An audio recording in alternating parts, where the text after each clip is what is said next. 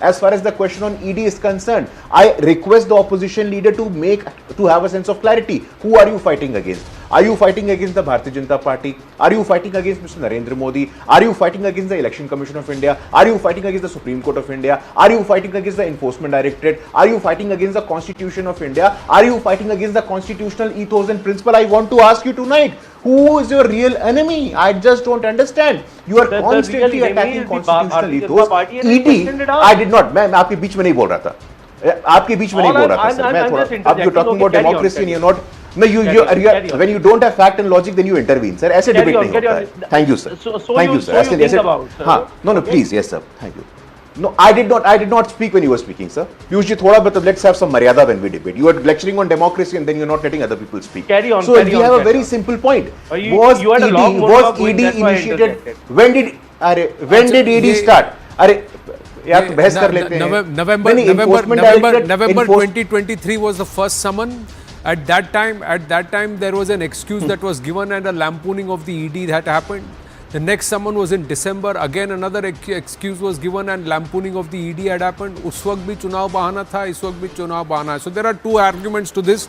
The other aspect is चुनाव आते हैं तभी ED हरकत में आती है. So that is also there. But so far, the facts show that in this case today, it is Mr. Kejriwal who has actually named during interrogation Atishi and Saurabh Bharadwaj, and that's what's the revelation made by the ED lawyer itself in court today. On that note, we're going to wind up this edition of The Right Stand. Zaka Jacob ready with brass tacks. Stay with us.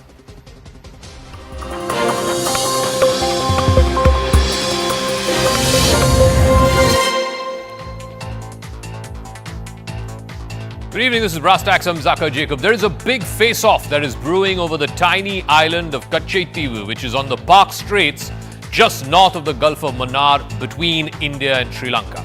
From Prime Minister Narendra Modi to the External Affairs Minister Dr. Jaishankar, they've been firing at both the Congress and the DMK, saying that back in 1974, it was then Prime Minister Indira Gandhi and then Chief Minister of Tamil Nadu, M. Karunanidhi, who gave away the Katchatheevu island to Sri Lanka. The opposition is hit back at the government asking, why are you raking this up now after 50 long years? What did the Modi government do in the last 10 years to bring this island back? And most importantly, will this issue have any electoral relevance in the state of Tamil Nadu? But first, the story of this massive face-off over this tiny island.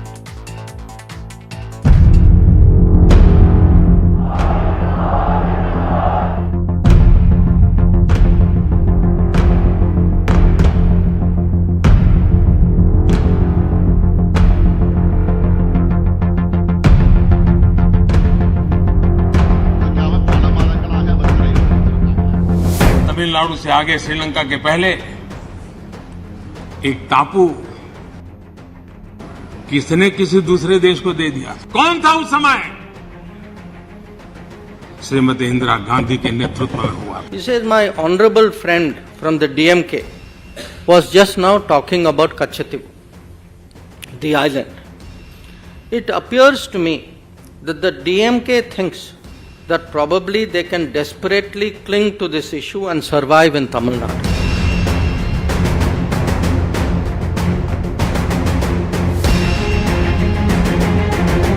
People are rejecting them again. They want a diversionary tactics. Their discrimination towards Tamil Nadu is well known. We were never in favor of that giving away Katchatheevu to Sri Lanka. In 1974, it is not the question. The question of giving away Katchatheevu did not arise.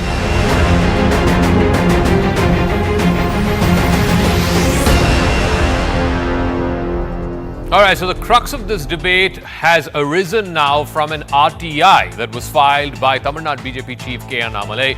And in that RTI, it was revealed that back in 1961, Nehru had said that he would not hesitate in giving up the claims to Katchatheevu.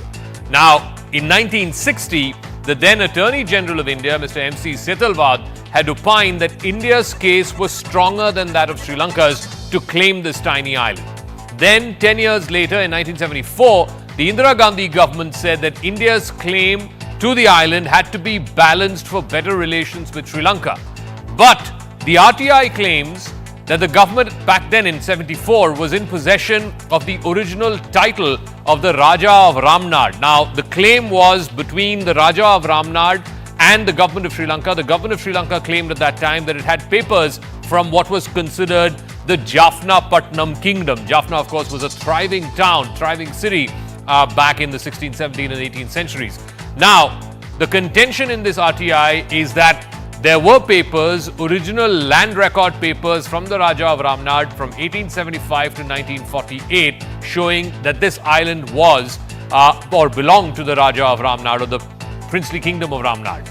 Now, meanwhile, Karunanidhi, who was the chief minister back then, was convinced by the then secretary in the Ministry of External Affairs, Mr. Kejriwal Singh, of the terms under the proposed settlement. Karunanidhi reportedly, according to this RTI, said that publicly he will not be able to take a stand in favor of this settlement because of political reasons, but privately he would back this settlement. Now, here is where it gets into an RTI versus RTI fight. The centre is hoping to corner the Congress and the DMK, but they have now released a 2015 RTI in which they reveal the Modi government's stand on the island. It was filed by Mr. Rajiv Ranjan, who at that time in 2015 was Under Secretary for Sri Lanka of the Government of India, and it stated in that RTI that the 1974 agreement, which was clinched by Indira Gandhi's government, did not involve either acquiring or ceding of Indian territory, because no territory belonging to India, there was no question of handing over any territory that belonged to India because it had never been demarcated in the first place. Under the agreements, the island of Katchatheevu lies on the Sri Lankan side of the India-Sri Lanka international maritime boundary. This is the counter from the Congress and the DMK, and they are saying that what has the Modi government done in the last 10 years to change the status quo? Now, I will get to the electoral impact, if at all there will be any electoral impact of this in just a second. I'll explain that to you on the magic wall. But first, I want to go across to our guests who are joining us. Pratyush Kant is national spokesperson of the BJP. Dr. Shama Mohammed is national spokesperson of the Congress Party. Sumansi Raman, author and political analyst. And Smita Prakash is editor of ANI. Dr. Shama Mohammed, let me start with you first. The contention is that the Indira Gandhi government decided to cede control of Katchatheevu back in 1974. It was formalized through the India-Sri Lanka Maritime Agreement. The maritime boundary was settled in the Park Straits. And at that time, the then Prime Minister Indira Gandhi had sent the Secretary of External Affairs Ministry to Chennai to convince Mr. Karunanidhi to buy into this agreement. And the RTI reveals that privately Mr. Karunanidhi told the then Secretary that he is for this deal, although he cannot take a public stand in favor of this deal. The Modi government's contention is you gave away a part of sovereign Indian territory to Sri Lanka. You should not be talking about the Chinese occupying Indian territory. Okay, first and foremost, Zaka, I find it all very laughable because suddenly Narendra Modi ji comes out with this. Now, he's been in power for the last 10 years. There's nothing, he doesn't talk anything about this for a long time.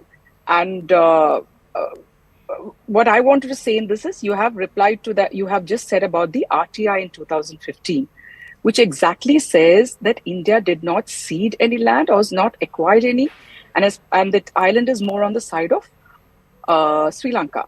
Now, a couple of points. What I have seen is for the past 1 month, they've been trying to break the alliance, India alliance. They know the DMK and the Congress are very close, and they want to bring about some sort of thing between the DMK and the Congress, which is not going to happen.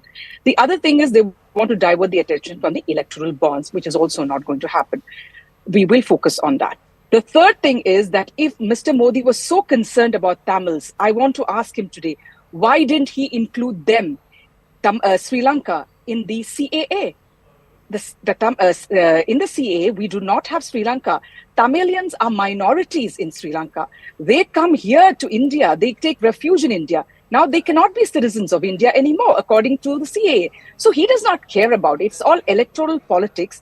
And we want to ask him today, why, when more than 2,000 square kilometers of land of ours is with China, why is he not talking about it? We have also ceded 15,000 acres to Bangladesh in the friendly thing. What about that? Why not talk about that also? So these are the points I would like to ask. Let me ask, Pratyush Kant about this. The Congress's counter is they are saying that you have ceded territory to China. This is one of the black spots of the record of the Modi government in the last 10 years. You don't want to have to contend with that. Therefore, you're going after all of these historical instances where the Congress party, while it was in power, has ceded Indian territory to Sri Lanka or to other countries. What about in 2015, the land border agreement with Bangladesh, where avowedly India gave up more enclaves than Bangladesh did for a peaceful settlement of that long-running boundary question?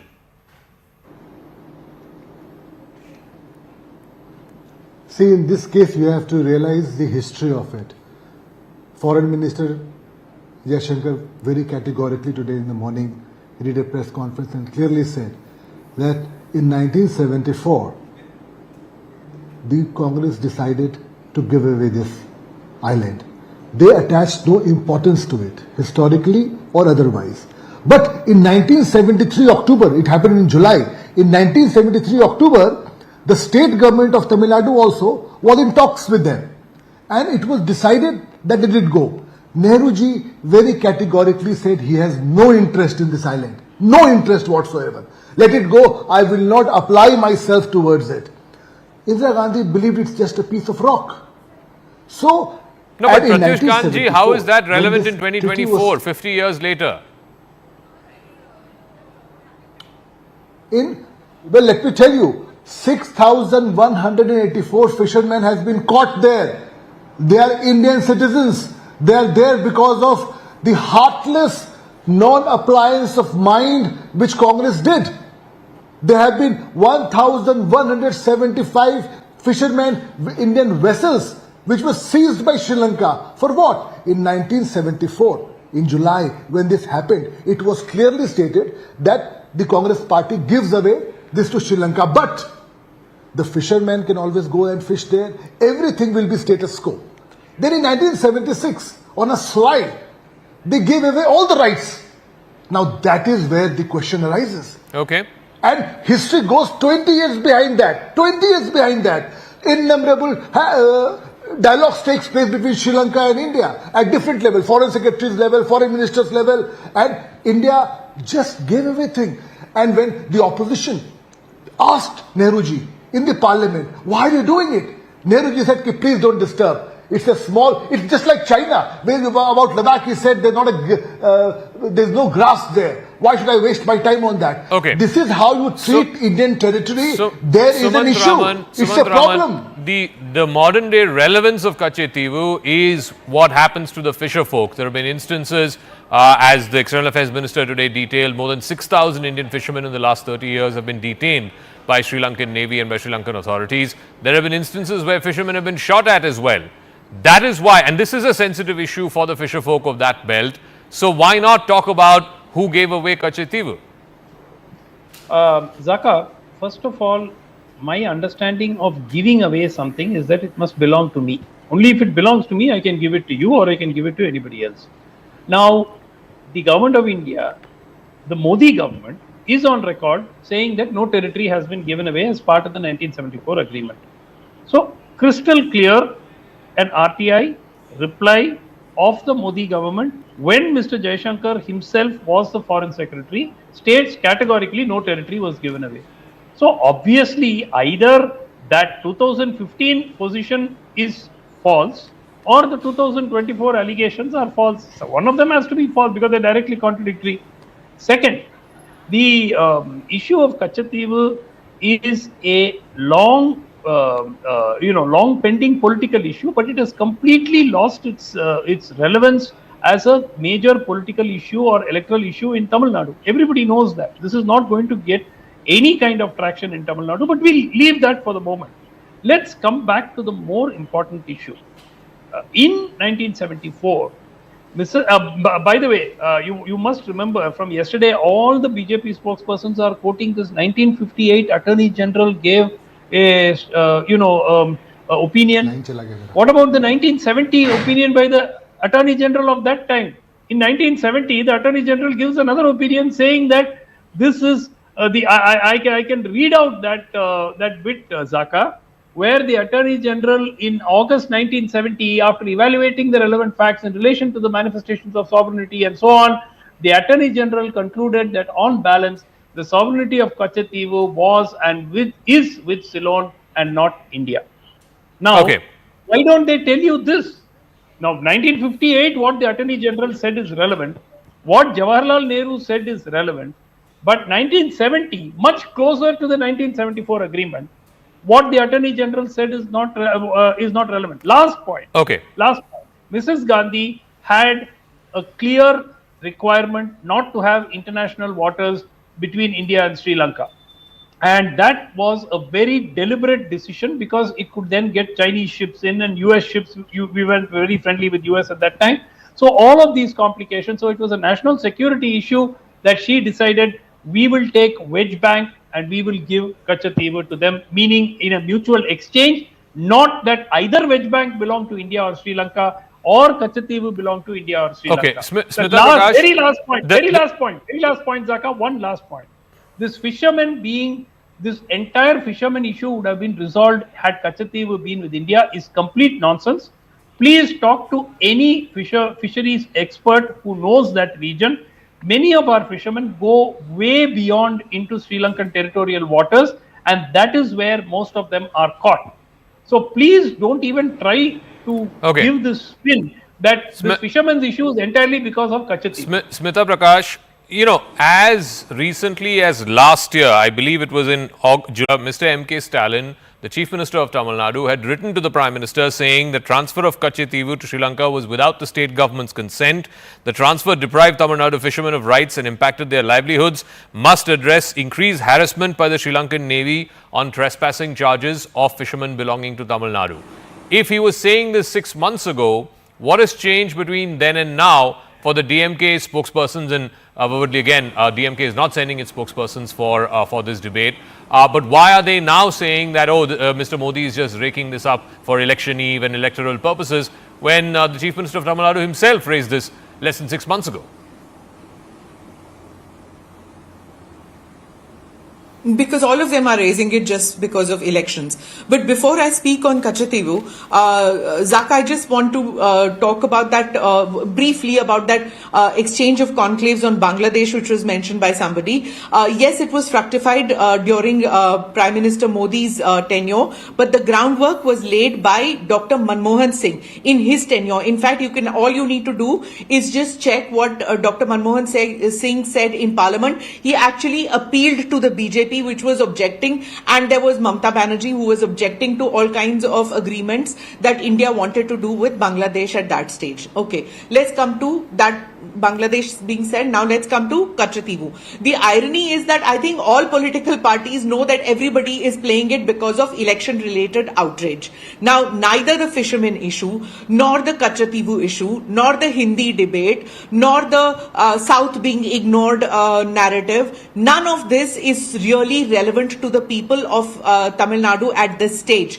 It's as Annamalai said it quite graphically about some of the issues. He said it is like used chappal. It is like a useless issue. But then all these things will come up. Everything will come up, including Hindi will come up. Now, for long it was said that Katchatheevu Island had very little geostrategic value for India, which you said in your intro also. But with China now patrolling the Indian Ocean, India's priorities can change. What India's national security priorities were in 1970s, which Indira Gandhi did, today it might be different, similar to like was Siachen considered important enough to keep or not. In fact, Zaka, at one point of time, I remember very clearly people were talking about how Sar Creek can be low-hanging fruit when it comes to an agreement with Pakistan, so that Pakistan, in return, Pakistan can turn its eyes away from interfering in Kashmir matters. Later they realized, oh, okay, Sar Creek, where Gujarat, Chief Minister who? Modi. So it can become a little bit of a prickly issue. So let's not bring Sar Creek onto the table. But it did happen. There are many people who were talking about it near about Sharm el-Sheikh time. The fact is that we have given up territory for hundreds of years in this country. Whether it was done by the British in the 1800s, when it gave up Afghanistan, when it gave up Bhutan, Sri Lanka, and then in the 1900s, we gave up Pakistan. I mean, we've been doing this continuously, giving up land and giving up China. Yes, we've given up to China also. Pakistan gave up land that it illegally occupied of India to China. We don't even talk about Aksai Chin. and then further salami slicing that China kept doing. So if we were to come back to Katchatheevu to discuss that, unless Parliament today passes a resolution and the government of the day, whichever one comes to power in 2024, decides to renegotiate the entire decision to give up, or when we decided to give up for national security reasons or whatever, we decide now that for national security reasons we want it back. Okay. It's a whole complicated issue, a legal issue. It needs to be handled in a very sensitive manner. Okay, so let me, since everyone is saying but not saying that this is being done with elections in mind, let me just show you on the magic wall why, or if at all, this issue will have relevance and resonance, and which are the parts of the state in Tamil Nadu where this issue might have some resonance. Now, remember, there is a large coastline.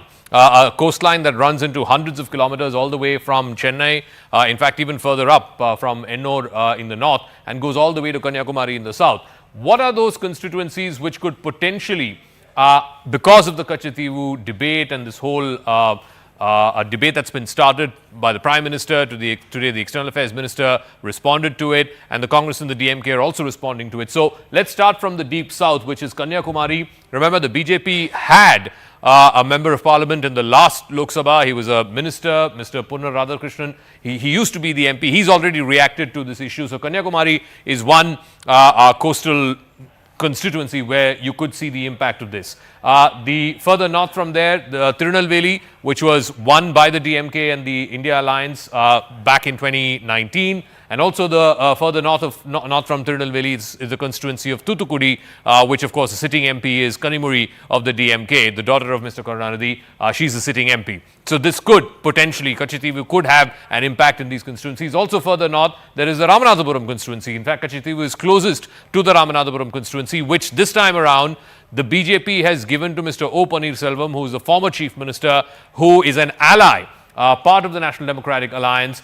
He could have a potential impact. This issue could have a potential impact in this constituency of Ramanathapuram, and this could go all the way up further north to Nagapattinam, which is again where the tsunami happened famously back in 2004. So there are about a handful of constituencies, about 5 or 6, which could potentially be affected by this issue, if at all this issue picks up traction in the electoral battlefield that is Tamil Nadu. But let me go back to our guests, and I want to ask Shama Mohammed this. Shama Mohammed, to the point that Smita Prakash was making, that, you know, the Congress party cannot argue against the all the way from, you know, Aksai Chin, the Shak Scam Valley, the land border agreements that was done with Bangladesh was initiated under Manmohan Singh. The only reason why Manmohan Singh was not able to sign that agreement was because of vehement opposition from Mamata Banerjee. Her electoral support was crucial to the UPA too, continuing to be in office. So for political reasons, you have given up territory on numerous occasions since independence. Why are you begrudging the Modi government if they bring this up and put this in the public domain and ask for the people of Tamil Nadu to decide who is the one who's conceded territory? And that's why Katchatheevu is irrelevant. So Smita Prakash has put out a very important point today, is that she says politicians bring about this during the election time. It is not the Congress party who's got it out. It is Mr. Narendra Modi. So she was referring to Mr. Narendra Modi, saying that he's brought it out for electoral gains or whatever, which according to Dr. Suman doesn't work. The other thing is, you talk about Aksai Chin. Yes, it was taken away from us, and we have never denied that. No, we never said that it was not taken away from us. Nehru said it is taken away from us. But here we have a prime minister. No, but he made it out to be that not a blade of grass grows there. He made it out to be like it's not territory worth fighting for. He said it in Parliament. No. See, listen, we admit to what happened. Now, in 2020, when more than 2,500 square kilometers of Indian land has been taken by China, there's a prime minister who says, na koi gussa hai, na koi military post leke gaya hai. So he says nobody has entered into the land. But we have had 22 corps commander meetings. But what is that happening? Nobody knows. So, of course, it is out there that we've taken the land. And we all know about it, but nothing has been done to bring it back. Then she spoke about Bangladesh, where it started during the Manmohan Singh time. Well, if that is true, then why go ahead? Mr. Modi should have cancelled it and said, no, we are not going to give anything to Bangladesh. Why didn't he do it? Does he have the guts to do that? No, he wants to be friendly to our neighbors. See, that these are agreements which happen amongst neighbors. And that happens all over the world, and it does happen. Nothing wrong in it. And also, Before 2014, the fishermen could go out and fish there. But after that, they can't. There are issues. We can tell you that. So, Mr. Modi, why did he bring this all of a sudden is the question. Like I said, if he's so fond of the Tamilians, why didn't he not include Sri Lanka in CAA? We know what is happening to Tamilians in Sri Lanka. I want to ask that to the national spokesperson of the Bharatiya Janata Party. if you so care about Tamils and the Tamilian populace, then why aren't you including Tamil Sri Lankans who have fled from Sri Lanka, are facing religious persecution, facing linguistic persecution, and have sought refuge in India? They should have been included as part of the CAA. They should be allowed to fast-track citizenship. Zaka, quickly to answer your question, if you have read the CAA, it's all about religious persecution that happened in Pakistan, Afghanistan, Bangladesh. We all know that, we have read it. This doesn't suffice here. Now, coming back to your question, why don't you include Sri Lanka? No, why don't you include Sri Lanka? One second. Because the CAA deals with those who are fleeing from Muslim majority countries, from Islamic republics. Anyway, that's not the subject matter of today's debate. Please yield, Dr. Shama Mohammed. Let Pratyush Kant respond. Thank you. Yeah, Pratyush Kant. I didn't disturb her at all. For your viewers, I would like to quote Nehru here. Verbatim, I will like quote, I attach no importance at all to this little island and I would have no hesitation in giving up our claim on it, unquote. Then this debate comes in Parliament and Madam Gandhi chooses to abstain from the debate. Then in AICC meeting, she says, this island is a little rock. Now, this is what I wanted to show, quote and unquote, from the documents which is historically available. First, who told the Congress spokesperson that there were fishing happening before 2015? There were innumerable arrests, seizures. There was huge problem. If you start giving away Indian territory like this, with no heart, no feeling for the people of India, this is an issue. And Tamil Nadu Dr. Sumant Raman says... one second, ma'am. Your name is not Sumant Raman. I was asking Pratyush Kant. One second. Madam, no, please, don't intervene. Don't intervene like this. Bad manners. Pratyush Kant, Dr. Sumant Raman says this is a complete bogey to say that if India continued to keep control over Katchatheevu, then this instances of fishermen being targeted and harassed will not happen. He says it's a complete misnomer, it's a complete bogey. Respond to that, Pratyush Kant. Well, you have to understand one thing. If you are familiar with foreign policies, whatever past government has done, you have to respect that. So, our hands were tied when Modi government came in power in 2014. But we ensured the moment we came in power that no fisherman, no Indian vessel is left without anybody going and appealing for them. And most important in this debate, nobody is talking about the fact is that from 1950s till 1973 October, before 1974 this happened, every time the Tamil Nadu government was kept in loop. Today DMK cannot come and wash their hand and say we were not aware of it. It was Congress and DMK both who were aware of the fact that they were giving away this pressure island, which meant so much for Indian fishermen. Okay. It was so, economically Sumant Raman, what about the role of the DMK? Because the it. DMK has made this into a political issue on a number of occasions in the past. Now this RTI reveals that not only was Mr. Kejriwal Singh, who was the secretary of the MEA, sent to convince Mr. Karunanidhi, but the RTI also says purportedly that Mr. Karunanidhi told Mr. Singh that I back you in private, but publicly I can't because of political compulsions. Zaka, I would not put it past Mr. Karunanidhi to have said that. But I want Mr. Pratyush Kant to tell me, how big is Katchatheevu, sir? How big is the island? You say that, Indian fishermen's lives have been lost because of that. And how big is the island, sir? Can you tell us?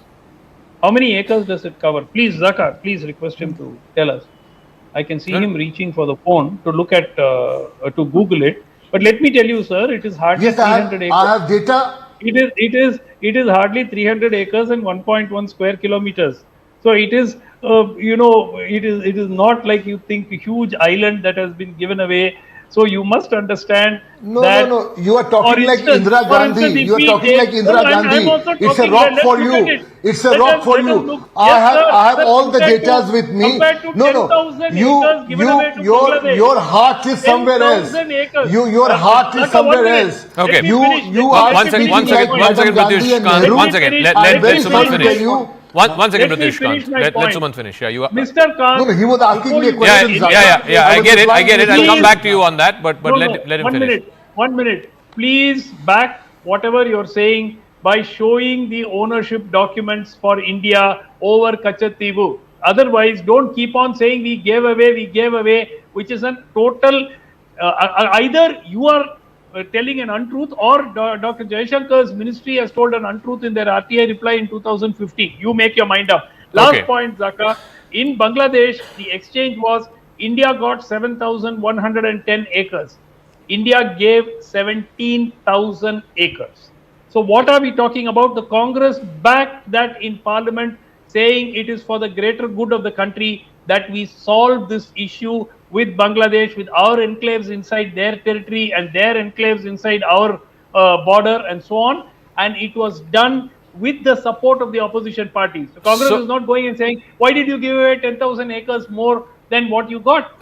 There's got to be some logic in this. Smita Prakash, ultimately, when you are in diplomacy, when you are trying to negotiate border agreements, whether it is maritime agreements or land border agreements, there will always be a degree of give and take.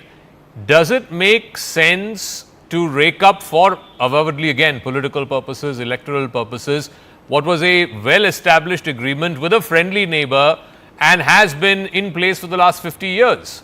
The downstream consequences of this is not something that any of us can anticipate.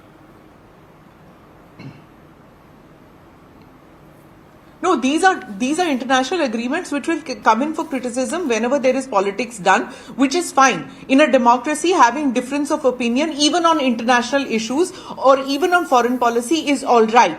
Where as far as the exchange of conclaves is concerned, I can't understand how the Congress is saying that it was out of the goodness of heart sitting in the opposition that they agreed to the BJP proposal. That's not the case. It's the other way around. The entire conclave, the blueprint was a Dr. Manmohan Singh blueprint. It was not, it was something Where that did the I say that? opposition was fighting against. It was something could that have Mamata blocked was it. fighting If against. it So was when the against BJP it, came India, in, it would have when the blocked. BJP came No, in, one second. Only I'm Smita talking Prakash, about please. Yeah. why are you interrupting? So it is what I'm trying to say. What I'm trying to say is that it was the Congress which had the blueprint. It was they who did it, which was fine. Nobody objected to it, but it was the politics of elections coming, which is why it happened. The other thing is that why do corps commanders meet happen? As far as how many rounds of corps commanders meet, we have a dispute on the boundary. We have a dispute on the border, which is our western sector. We have a dispute on the boundary, which is our eastern sector. The corps commanders meet so that exchange of firepower doesn't happen and the discussion can be done, and at some point of time we might be able to settle our boundary dispute. You don't just give it up because 20 happened. 200 can I happen come in, Zaka? so long as our boundary is resolved. Okay. The All other right. point which I want to make, Yeah, which I very want quickly. to come in. No, let me please Yeah. complete. You had your say. Just a short point. Why now? Why now? Why after 50 years is a question which is kept repeating about the BJP. The thing about the BJP is that they just do not forget. If anybody thought that in the 1970s the BJP didn't even exist, at that time it was the Jan Sangh. That is how I the want to laugh. BJP's But mentality that's is. true. They They put haven't aside forgotten Zaka, can I something ask to you? bring it up at a They haven't politically forgotten suitable, our Okay. opportune movement. Okay. And that They is what haven't they did. forgotten Tipu Sultan. They haven't I have to forgotten leave Babur. it at that. I have Yeah, to they leave it at that. haven't. No, No, no, Zaka, no, they no, have no, done one you second, have one second, forgotten it. one second. Haven't forgotten our I am completely out of time. I do agree in part with the contention. No, sorry, that's it. That's a wrap. I'm calling time out on the debate. I do agree with the contention that part of this may be driven by political purposes, no doubt about it. The fact that it's been raised a few weeks before Tamil Nadu goes to elections, yes, is a point taken. But at the same time, it doesn't mean that historic agreements are cast in stone, that nation states do not renegotiate agreements that were signed 10 or 15 or 20 years ago. Sometimes circumstances change. And certainly the circumstances around the Indian Ocean region have changed in the last 20 years. In 1974, China was not a player in the Indian Ocean region. Today, China is the most feared player in the Indian Ocean region, which is why the Quad was formed in the first place. So to say that you cannot renegotiate agreements that have happened 10 or 20 or 50 years ago because of changed circumstances, that is being, having feet of clay as far as diplomacy is concerned. I would all be for looking at agreements with a fresh pair of eyes if the situation warrants so.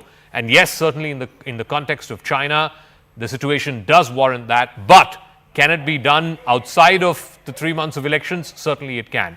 Let's now move on to the other big development, of course, this relating to the cases against Delhi Chief Minister Arvind Kejriwal. He's now been remanded to judicial custody till the 15th of April by a court in Delhi. This is in connection with the Liquorgate scandal. The Enforcement Directorate has said that the Chief Minister is not cooperating. He is diverting the course of the investigation. He's not providing passwords for his digital devices, his phones and his iPad, etc. But in a stunning twist in the courtroom proceedings today, the lawyer who was appearing for the Enforcement Directorate, the government counsel, he claimed that one of the prime accused in this case, Vijay Nair, who served as the Aam Aadmi Party's communications points person and is accused of being the middleman between the Aam Aadmi Party and the so-called South lobby, the agency claims that Kejriwal claimed that Vijay Nair never directly reported to him. Instead, the agency's lawyer claimed in court today that Mr. Kejriwal said during his interrogation that Vijay Nair was actually reporting to Atishi and Saurav Bharadwaj, who are currently ministers in the Delhi government. He also added that his interactions with Vijay Nair were very limited.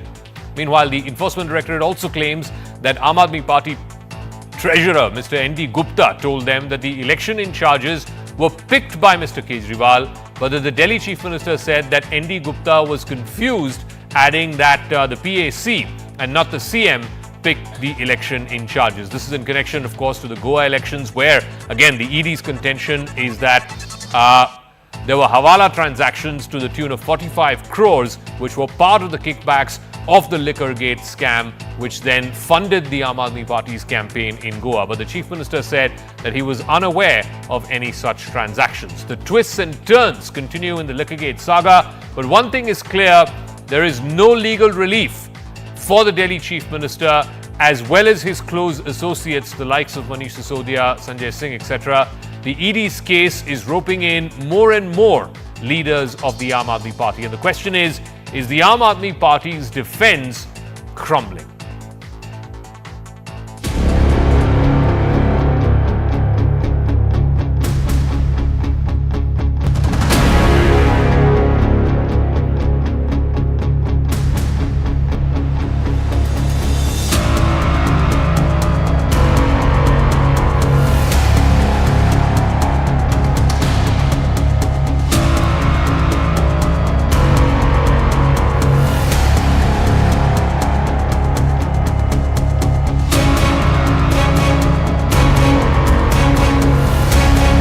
सारा विपक्ष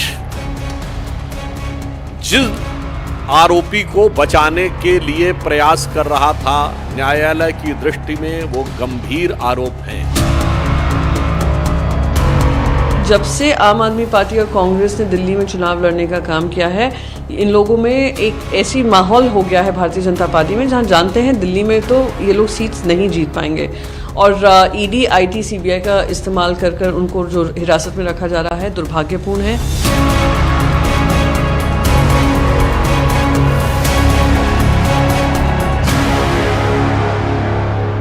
All right, so is the Aam Aadmi Party's defense crumbling one by one? Pratyush Kant of the BJP is joining us. Anmol Pawar of the Aam Aadmi Party is also joining us. Anmol Pawar, has Mr. Kejriwal thrown his trusted lieutenants and perhaps the only leaders of some recall value in your party who are left in the Delhi government because everybody else is in jail, Saurav Bharadwaj and Atishi, under the bus? Zaka, the claims made by Enforcement Directorate are baseless, and this statement is erroneous and is being misconstrued solely for sensationalizing this case. I'll tell you the statement which was made by Mr. Vijay Nair was in 2022. And he very categorically stated that he reported to Atishi ji and Saurabh Bhardwaj ji in capacity as communication in charge, because he was the communication in charge of our media department. And this has nothing to do with the so-called liquor scam. He was not the part of the government. It has been stated earlier as well. So these are just baseless claims. But what were Atishi and Saurabh Bharadwaj's locus standi back in 2022? Who were they? They were not even ministers in your government. One was the chief spokesperson of the party, the other was the spokesperson of the party. So the media in charge reported to the spokespersons. It was in relation to the media strategies and communication. Okay. It has nothing to do with the so-called liquor scam, and this same enforcement directorate investigating the case since last 2 years has been unable to recover a single penny. More than 500 raids have been conducted. They have around 250 odd witnesses with them, but still the only basis of this case is 4 approvers. One of the approver, P. Sharad Reddy, he made 8 statements in which he denied the involvement of Mr. Kejriwal. Okay. But when he donated 60 crore rupees to BJP, the enforcement directorate did not oppose his bail, and the 9th statement he made was implicating Mr. Kejriwal. So, Pratyush Kant, the contention is, the Badi Aam Aadmi Party spokesperson is that these are claims by the ED lawyer. Why should anybody believe that the Delhi Chief Minister would try to implicate his 2 lieutenants, Atishi and Saurabh Bharadwaj? They had nothing to do with the government back in 2022 when Vijay Nair was arrested. Zaka, you have to understand, and your viewers must understand, that here is a case where an FIR is lodged. If an FIR is lodged, the agency could be police, CBI, whatever, EOW, whichever agency. They have to look for evidences. In this case, they start looking for evidence. The moment you lodge an FIR, a court starts supervising the case. In this case, same thing happened.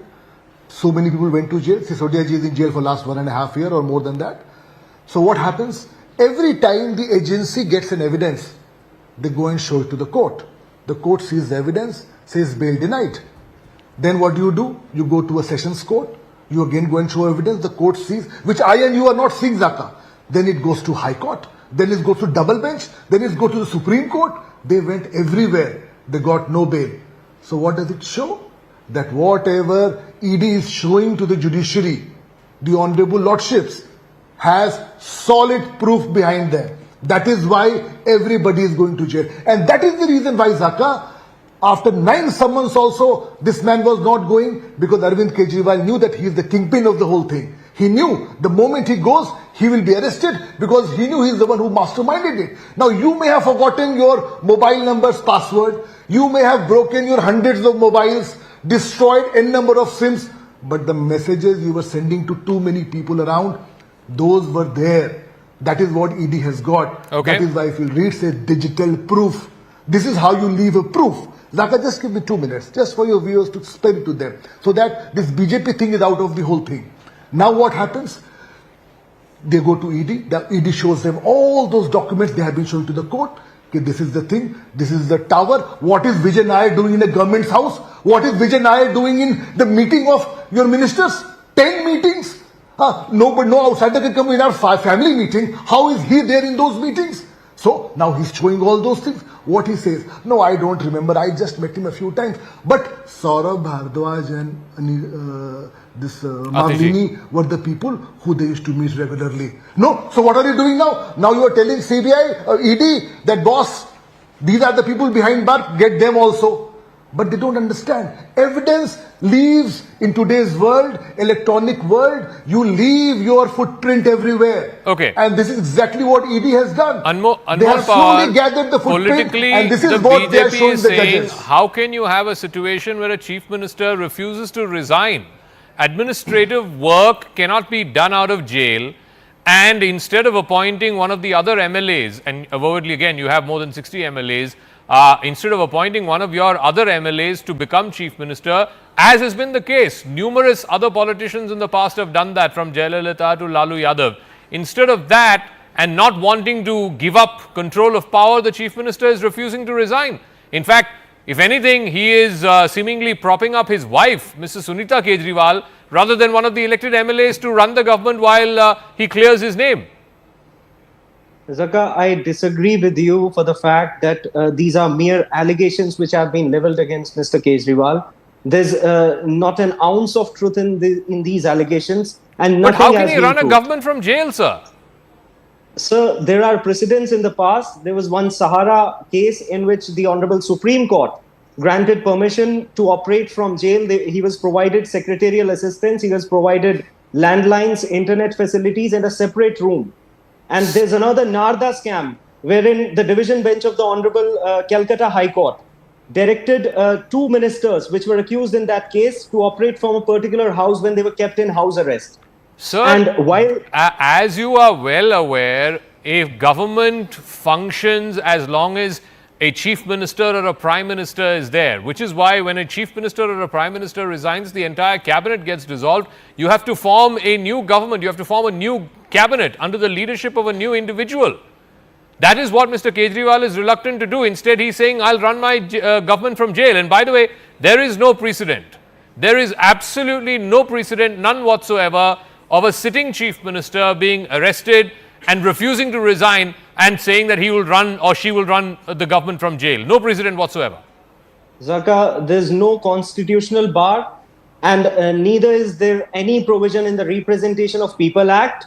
Technically, there's no legal bar to operate as chief minister from the jail. It is on mere allegations. No, but why is he? What is he so afraid of giving up power? But why should he resign on the basis of mere allegations? The whole case is false and fabricated. Allegations were, no, one second. Allegations were there against Hemant Soren also. Why did he resign?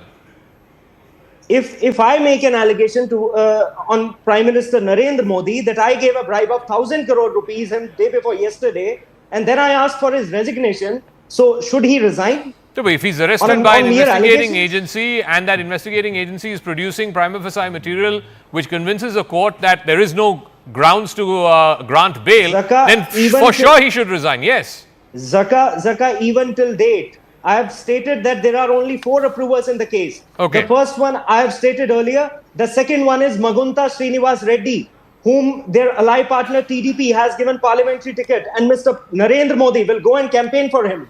Okay. And the other one, let me complete. Pratyush Kant, the problem where your contention, Pratyush Kant, gets muddied, once again, is in the testimony of Sharat Chandra Reddy, who is the head of Aurobindo Pharma. The Aam Aadmi Party has been making this claim, India Alliance partners have been making this claim that, he was one of the accused persons in this case. The moment he bought electoral bonds, which the BJP then encashed, 5 days after that, he turned approver. And then it is basis his statement that the case against Mr. Kejriwal has been proceeded with. Pratyush Kant. Zaka, just see where the Aam Aadmi Party's politics has reached. But here is a guy who used to stand and say कि allegation lagne ke pehle resignation. What is Sonia Gandhi doing? Why isn't Sheila Dikshit behind bar? And today look what he is doing. He is in jail and trying to run a government there. I never disturbed this guy. Let's have a decorum of debate. It's very easy to disturb. I never disturbed Make your point, yes. Look, Zaka, what is happening now? Now this guy is trying to put his wife there because he's scared that if I will not put my wife, some other leader will run away with my party the way I did to Anna. This guy has never spoken truth in his life. His whole politics is based on lies and white lies. Here is a man who knows that he is involved in corruption. Look, just 5 weeks ago, Ajay Makan does a press conference from Congress headquarters, gives a 3-page detail that he made money in liquor, it went to Goa, everything what he says. Just take it out, Zaka, and see. And today when I was seeing the ED thing, I mean Ajay Makan's document, the treasurer of the party, member of parliament, now hands, yesterday they were crying together in that stage. He said everything which is there in ED document. Now these are all public documents, nothing that I have seen. Rahul Gandhi goes 2 weeks before that in Telangana, says, "Bahut bada chor hai Kejriwal." He sits with terrorists And look, today they are there together. Now here we have reached a level where they want power, they want to safeguard their family, and Kejriwal wants to be a new partner to this family politics game. But the truth is that BJP has nothing to do with it. Okay. It is the evidence, I'll the leave it corruption at you have that. done, Let's court, see how and this court will only let's see always how go by this evidence. plays out in Delhi and whether or not this will have an impact in the Lok Sabha elections in Delhi. I want to thank both Pratyush Kant and Anmol Pawar for joining us. We sent out our reporter, CNN News 18's Yash Goel. He went and spoke to people in Delhi, the Vox Populi of Delhi, as it were. He's decoding the pulse of the capital, even as Delhi is now witnessing in the background of this arrest of a sitting chief minister, whether or not that is evoking sympathy for the chief minister or whether that is actually cementing the perception that he too is just like everybody else, a corrupt politician. Yash Goel went to the streets of Delhi, to the common persons of Delhi, and tried to find out what is the mood here in Delhi as this fierce battle sort of develops and intensifies between the BJP on the one hand and the Congress-AAP alliance on the other.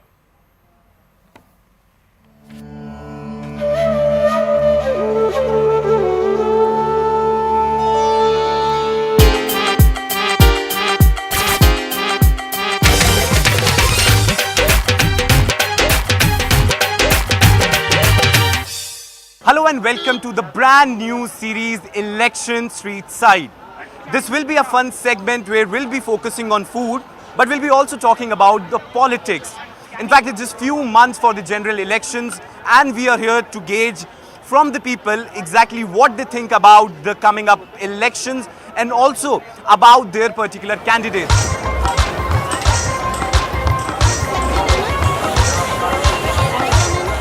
While taking a stroll in the streets of Chandni Chowk, one thing we cannot miss is Golgappas or the Puchkas we say. This is Padam Chaat Corner here in Chandni Chowk. Perhaps this is one of those hidden gems a lot of people don't know about. Some people might know because this is a local eatery situated in the streets of the national capital. In fact, I found a family over here.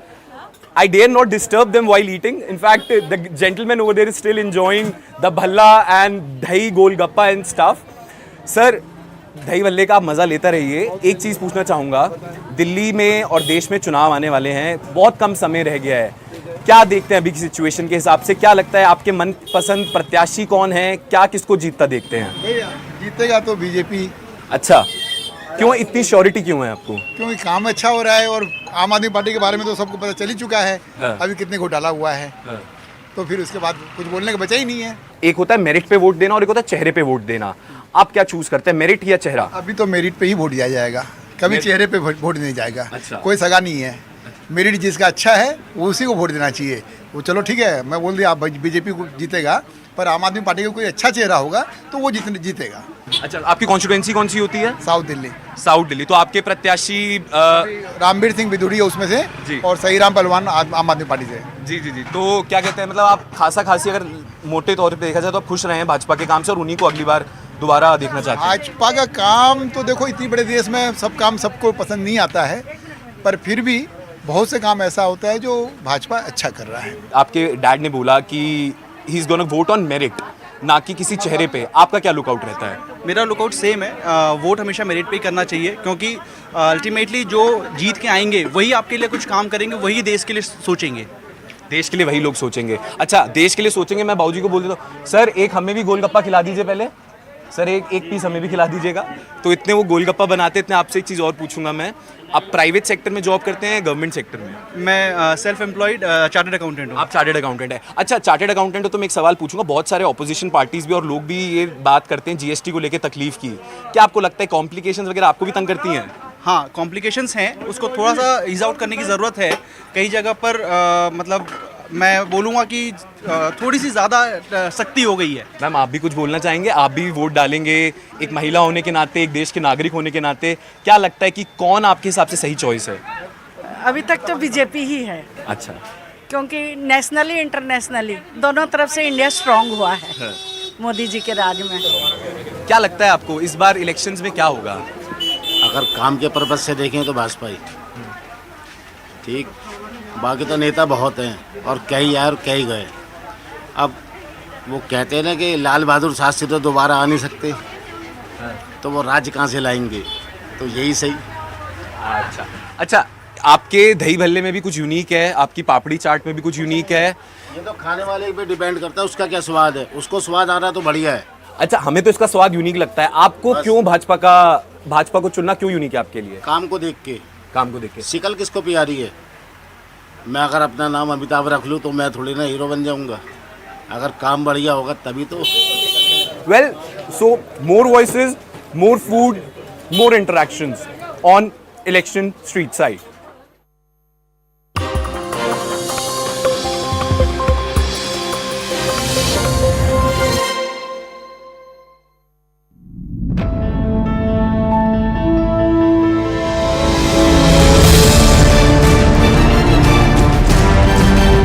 It's a simple thing. Why is there no AFSPA in Karnataka? Why is there no AFSPA in Andhra Pradesh or in Maharashtra?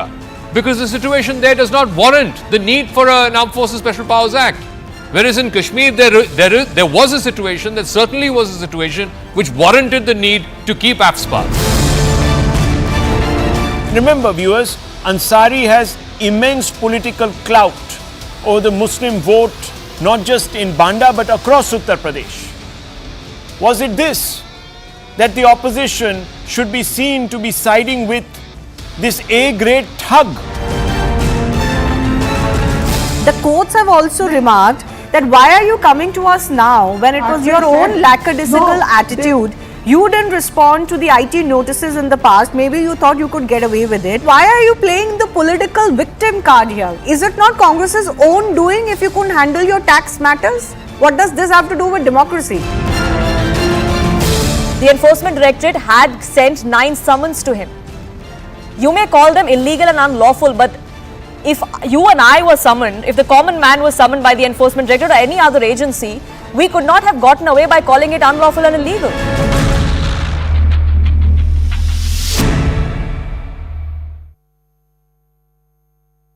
Presented by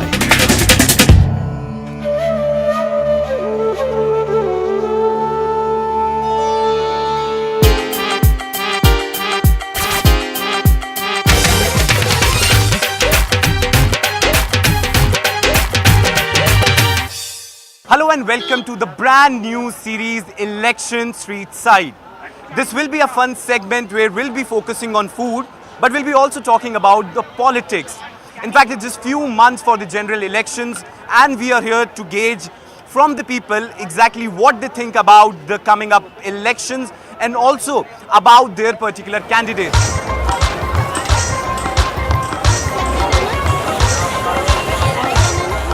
While taking a stroll in the streets of Chandni Chowk, one thing we cannot miss is Golgappas or the Puchkas we say. This is Padam Chaat Corner here in Chandni Chowk. Perhaps this is one of those hidden gems a lot of people don't know about. Some people might know because this is a local eatery situated in the streets of the national capital. In fact, I found a family over here. I dare not disturb them while eating. In fact, the gentleman over there is still enjoying the bhalla and dahi golgappa and stuff.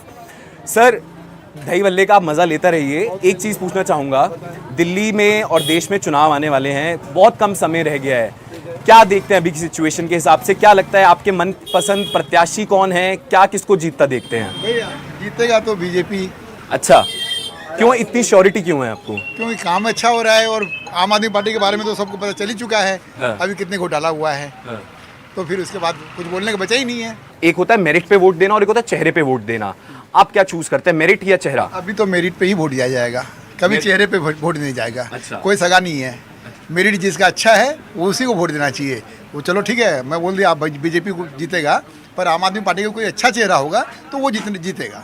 अच्छा, आपकी constituency कौन सी होती है? South Delhi. South Delhi. तो आपके प्रत्याशी रामवीर सिंह बिधूड़ी है उसमें से जी, और सही राम पहलवान आम आदमी पार्टी से। जी जी जी। तो क्या कहते हैं, मतलब आप खासी अगर मोटे तौर पे देखा जाए तो आप खुश रहे हैं भाजपा के काम से और उन्हीं को अगली बार दोबारा देखना चाहते हैं? भाजपा का काम तो देखो, इतनी बड़े देश में सब काम सबको पसंद नहीं आता है, पर फिर भी बहुत से काम ऐसा होता है जो भाजपा अच्छा कर रहा है। आपके डैड ने बोला कि he is gonna vote on merit, ना कि किसी चेहरे पे। आपका क्या लुकआउट रहता है? मेरा लुकआउट सेम है, वोट हमेशा मेरिट पे ही करना चाहिए, क्योंकि अल्टीमेटली जो जीत के आएंगे वही आपके लिए कुछ काम करेंगे, वही देश के लिए सोचेंगे। देश के लिए वही लोग सोचेंगे। अच्छा, देश के लिए सोचेंगे। मैं बाबूजी को बोल देता हूँ, सर एक हमें भी गोलगप्पा खिला दीजिए पहले, सर एक पीस हमें भी खिला दीजिएगा। तो इतने वो गोलगप्पा बनाते, इतने। आपसे एक चीज़ और पूछूंगा मैं, आप प्राइवेट सेक्टर में जॉब करते हैं, गवर्नमेंट सेक्टर में? मैं सेल्फ एम्प्लॉयड चार्टर्ड अकाउंटेंट हूँ। आप चार्टर्ड अकाउंटेंट है? अच्छा, चार्टर्ड अकाउंटेंट हो तो मैं एक सवाल पूछूंगा। बहुत सारे ऑपोजिशन पार्टीज भी और लोग भी ये बात करते हैं जीएसटी को लेकर तकलीफ की। क्या आपको लगता है कॉम्प्लिकेशंस वगैरह आपको भी तंग करती हैं? हाँ, कॉम्प्लिकेशंस हैं, उसको थोड़ा सा ईज आउट करने की ज़रूरत है। कई जगह पर मतलब मैं बोलूँगा कि थोड़ी सी ज़्यादा सख्ती हो गई है। मैम, आप भी कुछ बोलना चाहेंगे? आप भी वोट डालेंगे, एक महिला होने के नाते, एक देश के नागरिक होने के नाते। क्या लगता है कि कौन आपके हिसाब से सही चॉइस है? अभी तक तो बीजेपी ही है। अच्छा, क्योंकि नेशनली इंटरनेशनली दोनों तरफ से इंडिया स्ट्रांग हुआ है मोदी जी के राज में। क्या लगता है आपको इस बार इलेक्शंस में क्या होगा? अगर काम के पर्पज से देखें तो भाजपा ही ठीक, बाकी तो नेता बहुत हैं और कई आए और कई गए। अब वो कहते हैं ना कि लाल बहादुर शास्त्री तो दोबारा आ नहीं सकते, तो वो राज्य कहाँ से लाएंगे? तो यही सही। अच्छा अच्छा, आपके दही भल्ले में भी कुछ यूनिक है, आपकी पापड़ी चाट में भी कुछ यूनिक है। ये तो खाने वाले पे डिपेंड करता है, उसका क्या स्वाद है। उसको स्वाद आ रहा है तो बढ़िया है। अच्छा, हमें तो इसका स्वाद यूनिक लगता है। आपको क्यों भाजपा को चुनना क्यों यूनिक है आपके लिए? काम को देख के। काम को देख के। शिकल किसको प्यारी है? मैं अगर अपना नाम अमिताभ रख लूँ तो मैं थोड़ी ना हीरो बन जाऊंगा। अगर काम बढ़िया होगा तभी तो। Well, so more voices.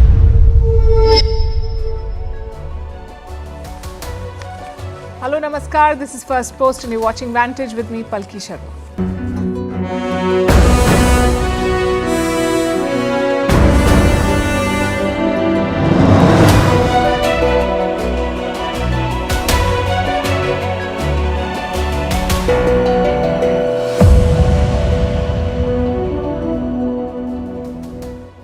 New week, new controversy in Indian politics. This one involves a small island that is part of Sri Lankan territory now. How did Colombo get it though?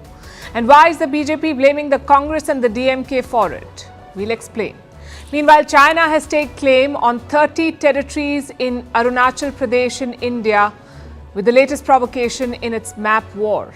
The US President has written a letter to the Pakistani Prime Minister. What does it say and what's the larger message? The Indian Navy has rescued 23 Pakistani sailors. We bring you the story of the daring operation. Why did Erdogan lose local polls in Turkey and why is it such a big deal? How the US giving bombs to Israel is the latest example of its hypocrisy. Why Somalia is on the verge of breaking up. How Peru has been rocked by what's being called a Rolex scandal. Why the US is debating over the humble potato. Is it a vegetable or a grain? And where is spring? Why are we moving straight from winter to summer? All this and more coming up. The headlines first. Bangladesh's Prime Minister slams the opposition over its Boycott India campaign. Prime Minister Sheikh Hasina asks the campaigners why they're still wearing Indian saris and eating Indian spices. Under Prime Minister Hasina, Dhaka has maintained good ties with New Delhi.